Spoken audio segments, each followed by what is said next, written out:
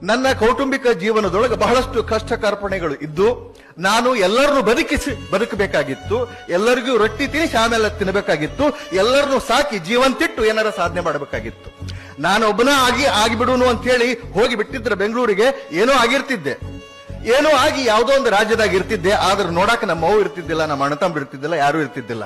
ಆದ್ರೆ ನಮ್ಮ ಅವ್ವನ್ ಜೀವಂತ ಇಟ್ಟುಕೊಂಡು ಇವತ್ತ ನಮ್ಮ ಅವನ್ನ ನನ್ನ ಮನೆಯೊಳಗೆ ಇಟ್ಟುಕೊಂಡು ಪ್ರತಿಯೊಂದನ್ನು ದಿನಾಲೂ ಹೊರಗೆ ಬರೋ ಮುಂದೆ ನಾ ಹೋಗಿ ಬರಲೇ ಅಂತ ಹೇಳ್ತೀನಿ. ಅಂದ್ರ ನಾನು ಕೋಟ್ ಹೆಂಗೈತ್ ನೋಡ್ಬಿ ಅಂತ ತೋರಿಸಿ ಬರ್ತೀನಿ. ಆಕಿಗೆ ದಿನಾವನ್ನ ಮನೆ ಕೋಟು ಖುಷಿ, ತಾಯಿಗೆ ಖುಷಿ. ಅವ್ರನ್ನೆಲ್ಲ ಜೀವಂತಿಟ್ಟು ನಾನು ಆದೆ. ಅದಕ್ಕ ಆ ಟೈಮ್ನೊಳಗೆ ಬಹಳ ಕಷ್ಟ ಬಂದು ಕಾನ್ಸಂಟ್ರೇಟ್ ಮಾಡಿ ಓದಾಕಾಗ್ಲಿಲ್ಲ. ಡಿಪ್ರೆಷನ್ಗೆ ಹೋಗಿದ್ದೆ, ಆಲ್ಮೋಸ್ಟ್ ಡಿಪ್ರೆಷನ್ಗೆ ಹೋಗಿದ್ದೆ. ಇನ್ನೇನು ಸೈಕಿಯಾಟ್ರಿಸ್ಟ್ ಕಡೆಗೆ ಟ್ರೀಟ್ಮೆಂಟ್ ತಗೊಳ್ಬೇಕು ಅಷ್ಟು ಡಿಪ್ರೆಷನ್ಗೆ ಹೋದವ. ಮತ್ತು ಮೇನ್ ಸ್ಟ್ರೀಮಿಗೆ ಬಂದು ಅಭ್ಯಾಸ ಮಾಡಿ KS ನೊಳಗ ಚಲೋ ರ್ಯಾಂಕ್ ಬಂತು. ಚಲೋ ರ್ಯಾಂಕ್ ಬಂದು ಚಲೋ ಮಾರ್ಕ್ಸ್ ಬಂದು AC ಆದ್ರೇನು ಅದೇನು ಕೇಡಾಗುದಿಲ್ಲ, ಮುಂದೊಂದ್ ದಿವಸ IAS ಆಗ್ಬಹುದು ಅಂತ ಹೇಳಿ 28 ವರ್ಷ ಸರ್ವಿಸ್ ಸಿಕ್ಕ್ರ 12 ವರ್ಷ KS, 16 ವರ್ಷ IAS ಸರ್ವಿಸ್ ಸಿಕ್ಕತ್ ನಮಗ.